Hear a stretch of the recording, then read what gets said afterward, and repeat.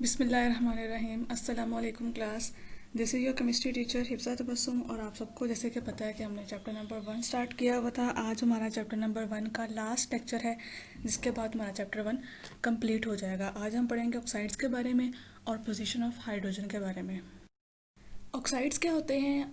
Oxides oxygen के compounds होते हैं। Oxygen form compounds with almost every other element of periodic table which are called oxides. यानी कि oxygen periodic table के हर दूसरे एलिमेंट के साथ कंपाउंड बनाती है, जिनको हम कहते हैं कि वो क्या है, ऑक्साइड्स हैं। ऑक्साइड्स की प्रॉपर्टीज़ बहुत ज़्यादा अनयूजुअल हैं। इनकी केमिस्ट्री बहुत ज़्यादा एक्सटेंसिव होती है। इनकी अगर हम क्लासिफिकेशन देखें तो इनको हम इनके बॉन्डिंग करैक्टर के लिहाज से भी क्लासीफाई कर सकते हैं और इनके एसिडिक और बेसिक बिहेवियर के लिहाज से भी क्लासीफाई कर सकते हैं।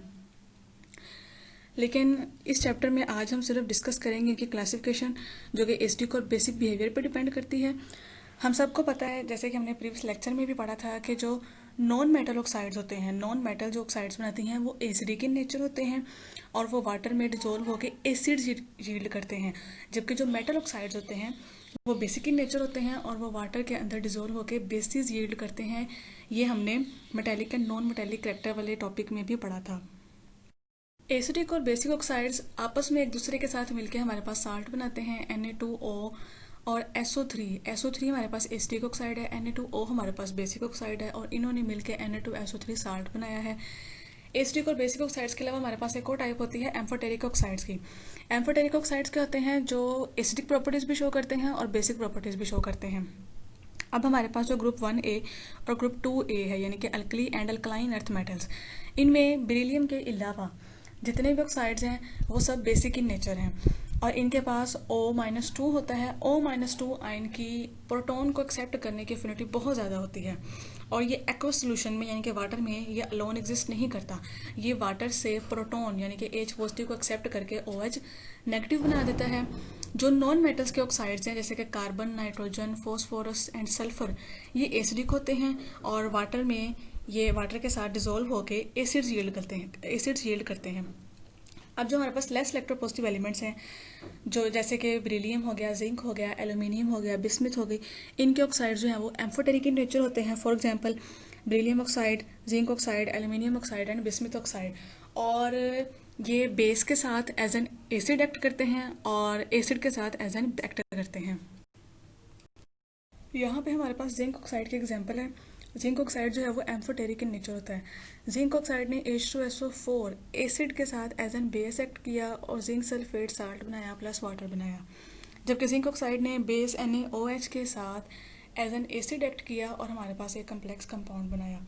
अब अगर हम पीरियोडिक ट्रेंड को देखें तो गिवन पीरियड में जब हम लेफ्ट टू राइट मूव करते हैं तो हमारे पास ट्रेंड किस तरह से चेंज होता है एसिडिक और बेसिक बिहेवियर का।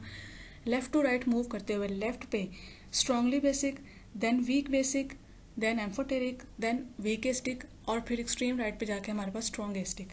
यानी कि लेफ्ट टू राइट मूव करते हुए हमारा ट्रेंड इस तरह से चेंज हो रहा है, strong basic, weak basic, amphoteric, weak acidic and strong acidic.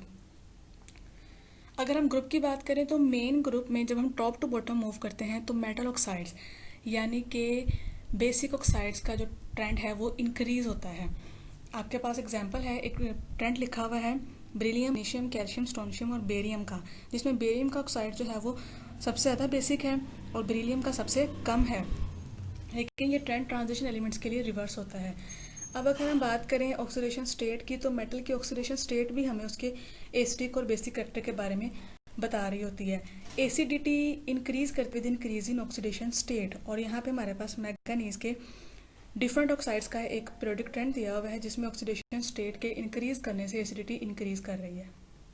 अब हम लास्ट टॉपिक पढ़ेंगे पोजीशन ऑफ हाइड्रोजन का, जो कि हमारे इस चैप्टर का लास्ट टॉपिक है, पोजीशन ऑफ हाइड्रोजन। हमने देखा था कि पीरियोडिक टेबल में हमने हाइड्रोजन को अल्कली मेटल्स के टॉप पे प्लेस किया हुआ है। अल्कली मेटल्स के साथ इसकी रिजेम्बलेंस भी है और डिसिमिलैरिटीज़ भी हैं। अब हम देखेंगे कि इसकी वेरियस ग्रुप्स के साथ कौन कौन से सिमिलैरिटीज़ हैं और कौन कौन से डिफरेंसेस हैं और इसको हमने किस बेस पे ग्रुप 1A के टॉप पे प्लेस किया है। सबसे पहले हम देखते हैं अल्कली मेटल्स के साथ इसकी similarities. Like alkali metal, hydrogen के पास भी 1s ऑर्बिटल में सिर्फ एक इलेक्ट्रॉन होता है, 1s1, जिसको ये लूज करके H पॉजिटिव आयन बना सकता है। अल्कली मेटल्स की तरह हाइड्रोजन भी इलेक्ट्रोनेगेटिव एलिमेंट्स के साथ कंबाइन करता है, जैसे कि हैलोजन्स हैं हमारे पास, HCl बनता है, HF बनता है, HBr बनता है, HCl बनता है, जैसे NaBr बनता है, NaCl बनता है. Like alkali metals, hydrogen form ionic compounds which can dissociate in water. Alkali metals की तरह हाइड्रोजन भी आयनिक कंपाउंड्स बनाता है जो कि वाटर में इजीली डिसोसिएट हो सकते हैं. अब हम देखेंगे अल्कली मेटल्स के साथ हाइड्रोजन की कौन कौन सी डिसिमिलैरिटीज़ हैं. अल्कली मेटल्स जो हैं वो मेटल होती हैं, जबकि हाइड्रोजन क्या है, नॉन मेटल है in true sense. Alkali metals चूँकि वो मेटल्स हैं तो वो इजीली इलेक्ट्रॉन को लूज़ कर देती हैं, लेकिन हाइड्रोजन इलेक्ट्रॉन को इजीली लूज़ नहीं करता. और हमें पता है कि हाइड्रोजन हमारे ओपन एटमॉस्फेयर में मॉलिक्यूलर फॉर्म यानी कि H2 की फॉर्म में एग्जिस्ट करता है, जबकि अल्कली मेटल्स मॉलिक्यूलर फॉर्म में एग्जिस्ट नहीं कर सकती. हाइड्रोजन के कुछ सिमिलैरिटीज़ जो हैं वो हैलोजन्स के साथ भी हैं. इसको हम हैलोजन्स के ग्रुप में भी टॉप पे प्लेस कर सकते हैं. किस बेस पे हम सिमिलैरिटीज़ देखते हैं कि हैलोजन्स की तरह हाइड्रोजन जो है वो मॉलिक्यूलर फॉर्म में एग्जिस्ट करती है. हमारे पास हाइड्रोजन भी H2 की फॉर्म में एग्जिस्ट करती है, जैसे fluorine, chlorine, bromine F2Cl2 Br2 की फॉर्म में एग्जिस्ट कर रहे होते हैं. हैलोजन्स की तरह हाइड्रोजन को भी अपना वैलेंस शेल कंप्लीट करने के लिए सिर्फ एक इलेक्ट्रॉन की ज़रूरत होती है. हैलोजन्स की तरह हाइड्रोजन भी एक इलेक्ट्रॉन को गेन करके हाइड्राइड H नेगेटिव आयन बना सकता है, जैसे हैलोजन्स करती हैं. फ्लोरीन F नेगेटिव फ्लोराइड बनाती है, क्लोरीन क्लोराइड Cl नेगेटिव बनाती है. Both halogens and hydrogen form ionic compounds with alkali metals, और दोनों ही हैं जो हैं वो अल्कली मेटल्स के साथ आयनिक कंपाउंड्स बना सकते हैं. लेकिन सेम टाइम पे हैलोजन्स के साथ हाइड्रोजन की डिसिमिलैरिटीज़ भी हैं. वो कौन कौन सी हैं? हमने देखा था कि हाइड्रोजन अपना एक इलेक्ट्रॉन लूज करके H पॉजिटिव आयन बनाती है, लेकिन हैलोजन्स ऐसा कोई बिहेवियर शो नहीं करती. हैलोजन्स पॉजिटिव आयन नहीं बनाती.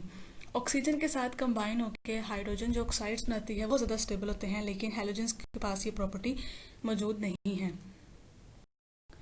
सिमिलरली हाइड्रोजन की 4A के एलिमेंट्स के साथ भी रिजेंबलेंस है.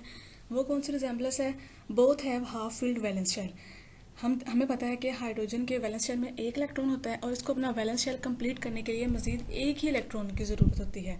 Just like carbon and other elements of 4A group, carbon के भी वैलेंस शेल में 4 इलेक्ट्रॉन्स होते हैं और इसको अपना वैलेंस शेल कंप्लीट करने के लिए मजीद 4 ही इलेक्ट्रॉन्स की ज़रूरत होती है. Both combine with other elements through covalent bonding. Hydrogen 4A के एलिमेंट्स की तरह दूसरे एलिमेंट्स के साथ कोवलेंट बॉन्डिंग के जरिए कंबाइन होता है. हाइड्रोजन की 4A के एलिमेंट्स यानी कि कार्बन की तरह रिड्यूसिंग प्रॉपर्टीज़ होती हैं. हमारे पास एक एग्जांपल लिखी हुई है जिसमें हाइड्रोजन ने कॉपर ऑक्साइड को रिड्यूस करके कॉपर में कन्वर्ट किया, खुद ऑक्सीडाइज हो गया वाटर के अंदर. सेम टाइम पे 4A का एलिमेंट कार्बन है, वो भी रिड्यूसिंग प्रॉपर्टी शो कर रहा है और टिन ऑक्साइड के साथ मिल के उसने टिन ऑक्साइड को रिड्यूस करके टिन में कन्वर्ट किया, प्लस खुद ऑक्सीडाइज हो गया कार्बन डाइऑक्साइड के अंदर. सेम टाइम पे कुछ डिसिमिलैरिटीज़ भी हैं, डिफरेंस भी हैं. वो कौन कौन से हैं? कार्बन और सिलिकॉन एक दूसरे के साथ मिलके कार्बन अदर कार्बन आइटम्स के साथ मिलके लॉन्ग चेन कंपाउंड्स बनाता है, जिसे हम कैटिनेशन की प्रॉपर्टी कहते हैं. लेकिन हाइड्रोजन के पास ये प्रॉपर्टी नहीं है. कार्बन जो है वो दूसरे एलिमेंट के साथ एक से ज़्यादा बॉन्ड बना सकता है. कार्बन जो है वो मैक्सिमम 4 बॉन्ड बना सकता है, लेकिन हाइड्रोजन एक से ज़्यादा बॉन्ड नहीं बना सकता. क्यों? क्योंकि हाइड्रोजन के वैलेंस शेल में सिर्फ एक ही इलेक्ट्रॉन है और वो मैक्सिमम एक ही बॉन्ड बना सकता है. हमने देखा कि हाइड्रोजन जो है वो बहुत ही यूनिक एलिमेंट है. इसकी दूसरे ग्रुप्स के साथ रिजेंबलेंस भी है, लेकिन सेम टाइम पे हम देखते हैं कि ये एग्जैक्टली किसी भी ग्रुप के साथ जो है वो मैच नहीं कर रहा. लेकिन हमने अपने मॉडर्न पीरियोडिक टेबल में इसको अल्कली मेटल्स के टॉप पे प्लेस किया हुआ है. क्यों? क्योंकि इसके अल्कली मेटल्स के साथ पार्शियल रिजेंबलेंस है और दूसरी जो रीज़न है वो इसका मोनोवैलेंट करेक्टर है, मोनोवैलेंट नेचर है, जिसकी वजह से इसको हमने ग्रुप 1A के टॉप पे प्लेस किया हुआ है. आज के लेक्चर में हमारे पास एक्सरसाइज से 2 शॉर्ट क्वेश्चन बनते हैं, एक शॉर्ट क्वेश्चन और एक लॉन्ग क्वेश्चन बनता है. पहला लॉन्ग क्वेश्चन जो बनता है वो how do you justify the position of hydrogen at the top of various group, जिसको हमने अभी डिस्कस किया है. सेकंड शॉर्ट क्वेश्चन जो है वो हमारे पास ऑक्साइड्स के टॉपिक में से बनता है कि although both sodium and phosphorus belong to the same period but their oxides are different in nature. Na2 is basic and P2O5 is acidic. Oxides वाले टॉपिक में मैंने इसका आंसर ऑलरेडी एक्सप्लेन कर दिया है. वो कैसे? हमने पढ़ा था कि जब हम पीरियड में लेफ्ट टू राइट मूव करते हैं, सोडियम जो है वो हमारे पास पीरियोडिक टेबल में लेफ्ट पे मौजूद है और फॉस्फोरस जो है वो राइट पे मौजूद है. तो पीरियड में जब हम लेफ्ट टू राइट मूव करते हैं तो हमारे पास जो एसिडिक और बेसिक बिहेवियर का ट्रेंड था वो इस तरह से चेंज हो रहा था कि पहले strongly basic, then weak basic, then amphoteric, then weak acidic और देन स्ट्रॉन्ग एसिडिक. तो सोडियम चूँकि पीरियोडिक टेबल में पीरियड के लेफ्ट पे मौजूद है तो ये बेसिक होगा इसका ऑक्साइड, और फॉस्फोरस जो है वो राइट पे है और इसका ऑक्साइड जो है वो एसिडिक होगा। दूसरी रीज़न, सोडियम क्या है, मेटल है, और मेटल ऑक्साइड्स क्या होते हैं, बेसिक इन नेचर होते हैं। और फॉस्फोरस क्या है, नॉन मेटल है, और नॉन मेटल के ऑक्साइड्स जो हैं वो एसिडिक इन नेचर होते हैं। चैप्टर 1 आज हमारा कंप्लीट हो गया। इसमें अगर आपका कोई भी क्वेश्चन है तो आप मुझसे पूछ सकते हैं, और जिनके पास प्रीवियस लेक्चर्स नहीं हैं वो मुझसे लेक्चर्स भी ले सकते हैं। हमारे पास मेरी तरफ से तो चैप्टर 1 कंप्लीट हो गया, और मुझे उम्मीद है, बल्कि यकीन है कि आप लोगों की तरफ भी चैप्टर 1 कंप्लीट हो चुका होगा। लर्निंग के पॉइंट ऑफ व्यू से आप लोगों ने भी इसे साथ साथ लर्न किया होगा, और अच्छा है कि आप इसे भी साथ साथ लर्न कर लें और अपनी तरफ भी इसे कंप्लीट कर लें, ताकि हम जब नेक्स्ट चैप्टर स्टार्ट करें तो प्रीवियस चैप्टर में कुछ मिसिंग ना हो आपके पास। अल्लाह हाफिज़। इंशाल्लाह अब हम नेक्स्ट चैप्टर स्टार्ट करेंगे।